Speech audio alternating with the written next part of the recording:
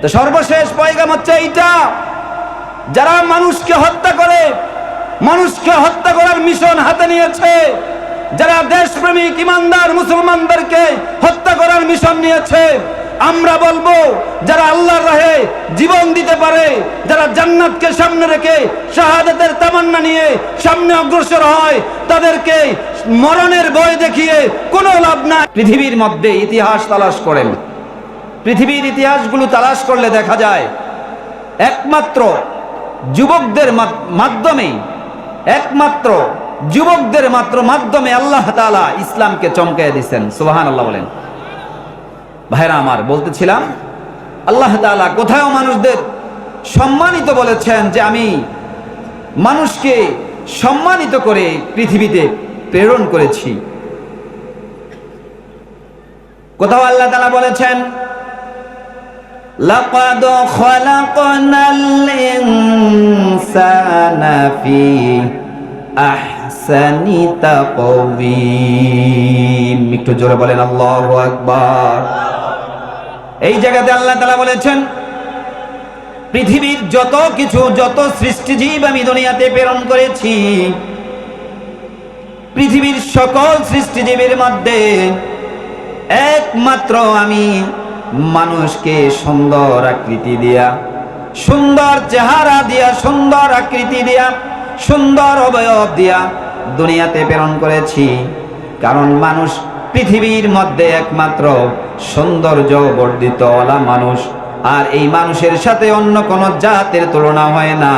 এই জন্য মানুষ পৃথিবীর মধ্যে শ্রেষ্ঠ এবং সম্মানিত। বলেন সুবহানাল্লাহ। ভাইরা আমার, কোথাও আল্লাহ তাআলা বলেছেন, এক জায়গায় এরকম বলেছেন লাকাদ খালাকনাল ইনসানা ফি আহসানি তাকওয়িম, মানুষকে সুন্দর আকৃতি দিয়া আমি আল্লাহ বানাইলাম। আবার কোথাও আল্লাহ বলেন কুনতুম খায়রা উম্মাতিন উখরিজাত লিন্নাস, তোমরাই সর্বশ্রেষ্ঠ জাতি, তোমরাই সর্ব উৎকৃষ্ট জাতি। হে মানুষ, তোমাদেরকে সর্বশ্রেষ্ঠ জাতি হিসাবে আমি আল্লাহ দুনিয়াতে পাঠাইছি। সময়ের ব্যবধানে আমি কিছু সংক্ষিপ্ত করে ফেললাম। কোথাও আল্লাহ বললেন তোমাদেরকে সম্মানিত করে বানাইছি, আবার কোথাও আল্লাহ বললেন তোমাদেরকে আমি সুন্দর চেহারা, সুন্দর আকৃতি দিয়া বানাইছি। আবার কোথাও আল্লাহ বললেন পৃথিবীর মধ্যে সবচাইতে শ্রেষ্ঠ, সবচাইতে দামি, সবচাইতে উৎকৃষ্ট, সম্মানিত কইরা তোমাদেরকে আমি দুনিয়াতে পাঠাইছি। সম্মানিত, উৎকৃষ্ট এবং সুন্দর চেহারা, সুন্দর বডি, সুন্দর বডি স্ট্রাকচার এত সুন্দর কইরা বানাইছেন। এত সুন্দর কইরা বানানো আমাদেরকে বানাইছেন একমাত্র আল্লাহ। কেন বানাইছেন? আল্লাহ কুরআনুল কারীমের মধ্যে বলেন ওয়ামা খালাকতুল জিন্না ওয়াল ইনসা ইল্লা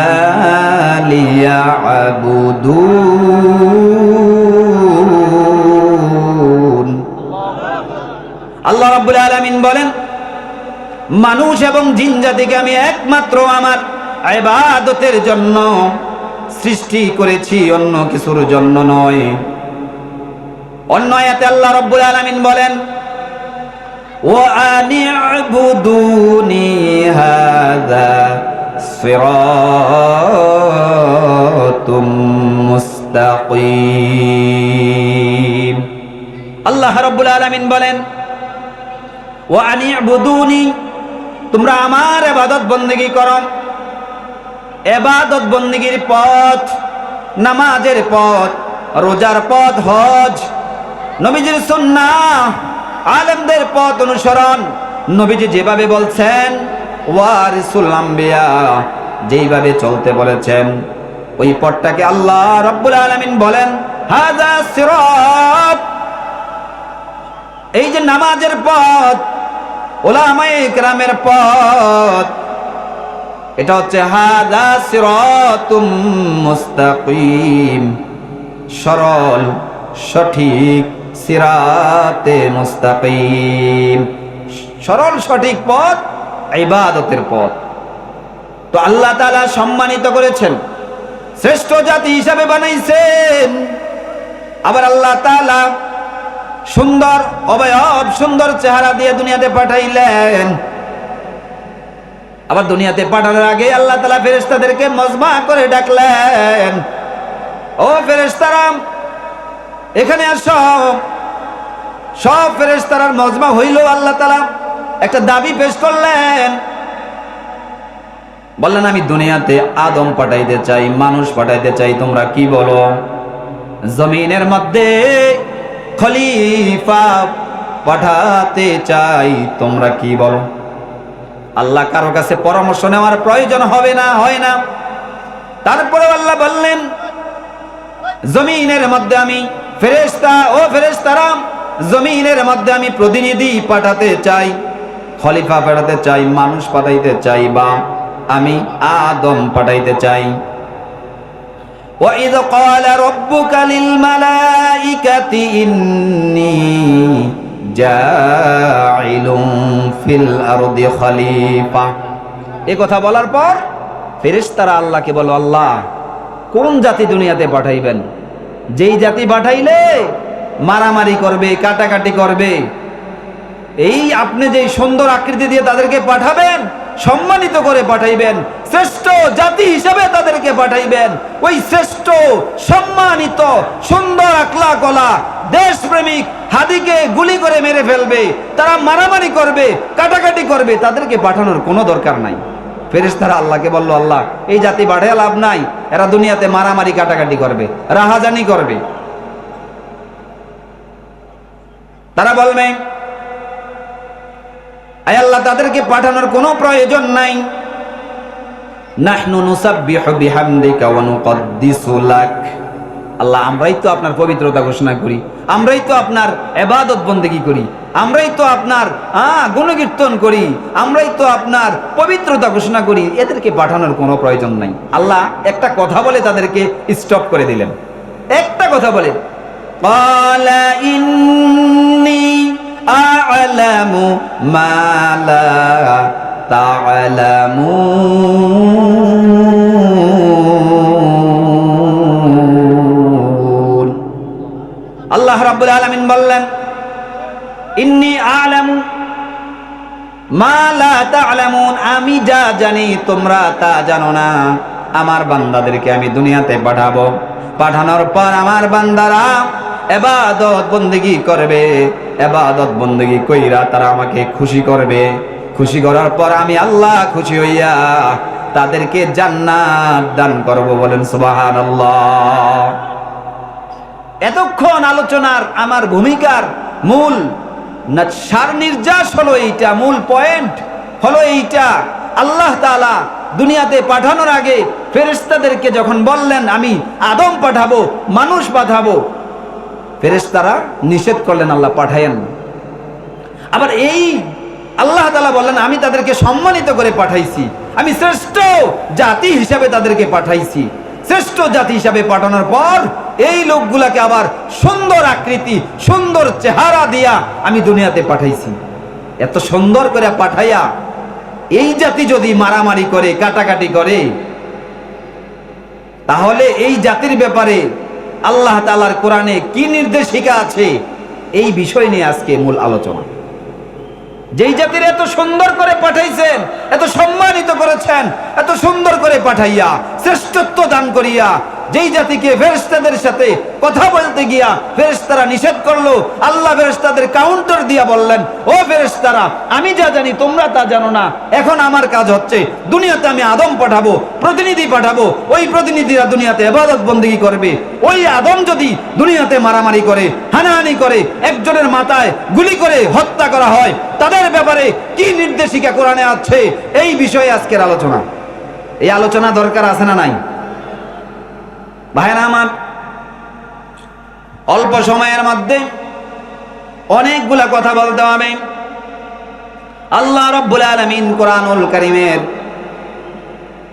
সূরা নিসার 93 নম্বর আয়াতের মধ্যে আল্লাহ তাআলা বলেন, সূরা নিসার 93 নম্বর আয়াত, পৃথিবীর সকল মানুষকে সম্মানিত করে, শ্রেষ্ঠত্ব দান করে, সুন্দর চেহারা দিয়া বানানোর পর এই লোকগুলা যখন মারামারি করবে, একজন আপন ভাইকে যখন খুন করে ফেলবে, আল্লাহ তাআলা বলেন এটা কোনো সাধারণ অপরাধ না, এটা কোনো সাধারণ অপরাধ না। পৃথিবীর মধ্যে সবচাইতে জঘন্য থেকে জঘন্যতম অপরাধ হচ্ছে মানুষ হত্যা করা।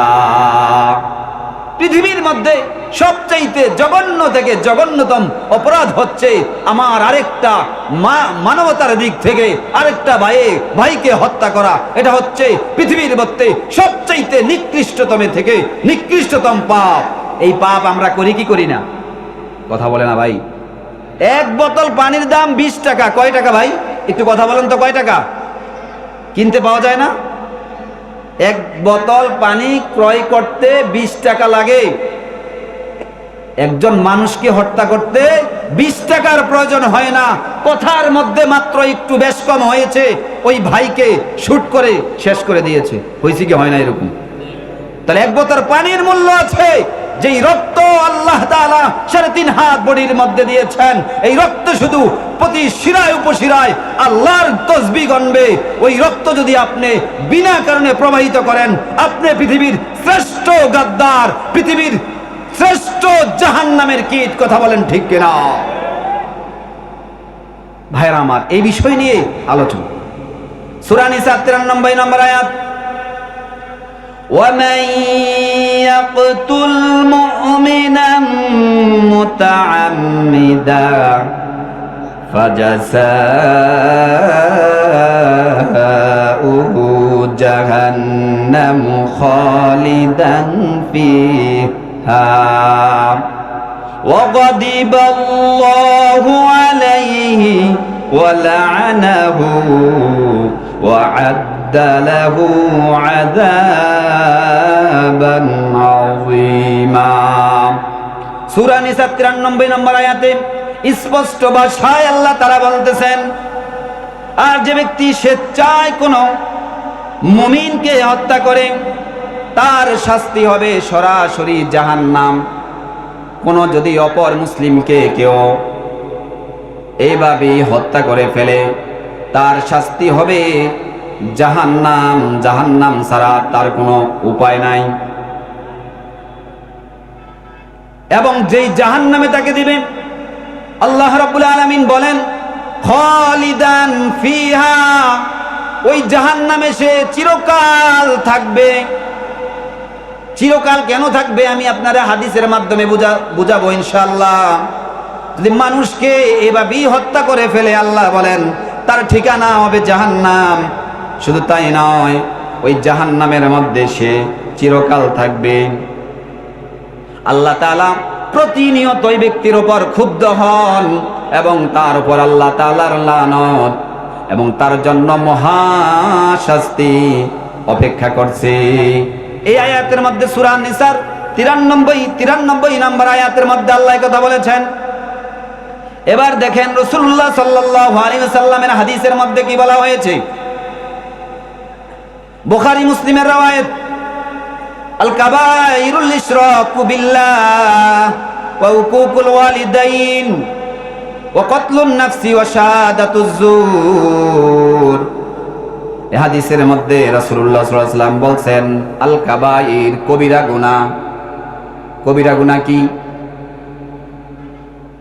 হযরত হাকিম আক্তার সাহেব রহমতুল্লাহি আলাইহি তার কিতাবের মধ্যে লেখেন, কবিরা গুনাহ হলো এমন একটা কবিরা গুনাহ, 10টা 20টা 50টা কবিরা গুনার প্রয়োজন নাই। আপনি জাহান্নামে যাওয়ার জন্য মাত্র একটা কবিরা গুনাহই আপনার জন্য যথেষ্ট। আমরা কবিরা গুনাহ করি কি করি না? কথা বলেন, করি কি করি না? অহরহ আমাদের মাধ্যমে কবিরা গুনাহ হচ্ছে, আমরা এগুলো কিছুই মনে করি না, মামুলি মনে করি। আল্লাহ রাসূল বলেন, আল কাবাইর, কবিরা গুনাহ কি? আল ইশরাক বিল্লাহ,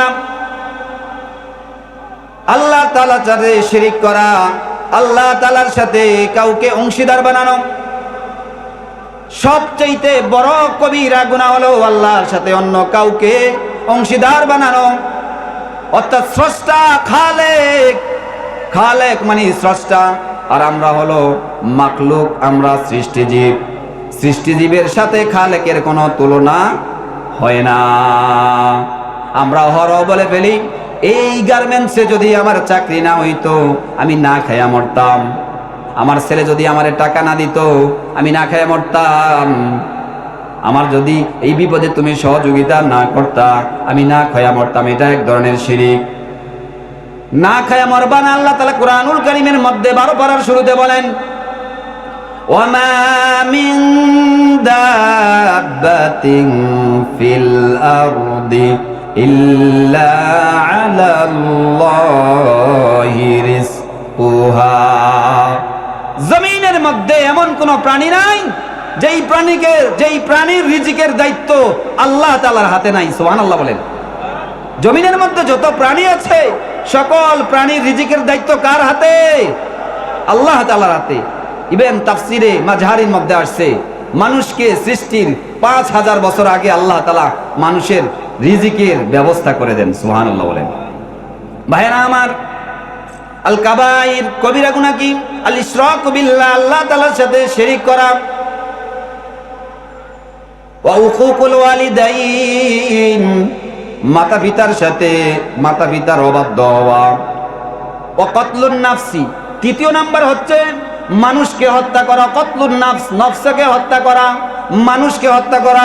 ওয়া শাহাদাতুজ জুর, মিথ্যা সাক্ষ্য দেওয়া। এই 4টা হলো, এই যেগুলা ছাড়াও আরো কবিরা গুনাহ আছে। আল্লাহ রাসূল এই হাদিসের মধ্যে 4টার কথা বিশেষভাবে উল্লেখ করেছেন যে এই 4টা কবিরা গুনাহ। তাহলে এই হাদিসের মধ্যে মানুষ হত্যা করা মহা অপরাধ এবং কবিরা গুনাহ। কবিরা গুনাহ কি হুজুর? একটা কবিরা গুনাহই আপনাকে জাহান্নামে নিয়ে যাওয়ার জন্য যথেষ্ট। 10টা 20টা কবিরা গুনার প্রয়োজন নাই। এই হাদিসের মধ্যে আল্লাহ রাসূল সাল্লাল্লাহু আলাইহি ওয়াসাল্লাম এই কথাটা বলেছেন। আরেকটা হাদিসের মধ্যে আল্লাহ রাসূল সাল্লাল্লাহু আলাইহি ওয়াসাল্লাম বলেছেন, মুসলিম শরীফের 1678 নম্বর হাদিস, বুখারী শরীফের 6533 নম্বর হাদিস। আল্লাহ রাসূল সাল্লাল্লাহু আলাইহি ওয়াসাল্লাম বলেন, আউয়ালু মা ইউকদা বাইনান নাসি ইয়াউমাল কিয়ামাতি ফিদ দিমা। কিয়ামতের দিন সর্বপ্রথম যারা মানুষকে হত্যা করে তাদের বিচার হবে। কিয়ামতের দিন সর্বপ্রথম যারা মানুষকে হত্যা করে তাদের বিচার হবে, এই হাদিসের মধ্যে আসছে। এবার আরেকটা হাদিস শুনেন, আপনারা সবাই হাদিসটা জানেন। আল্লাহ রাসূল সাল্লাল্লাহু আলাইহি ওয়াসাল্লাম বলেন, আউয়ালু মা ইউহাসাবু বিহিল আবদু ইয়াউমাল কিয়ামাতিস সালাত। কিয়ামতের দিন সর্বপ্রথম নামাজের হিসাব হবে। তাহলে একই বিষয় 2টা হাদিসের মধ্যে আসছে। একটা হাদিসের মধ্যে আসছে কিয়ামতের ময়দানে সর্বপ্রথম মানুষকে হত্যাকারীর বিচার হবে। এই হাদিসে আসছে কিয়ামতের ময়দানে সর্বপ্রথম নামাজের হিসাব হবে। তাহলে আল্লাহ রাসূল একই কথা একইবার কয়টা বলবে?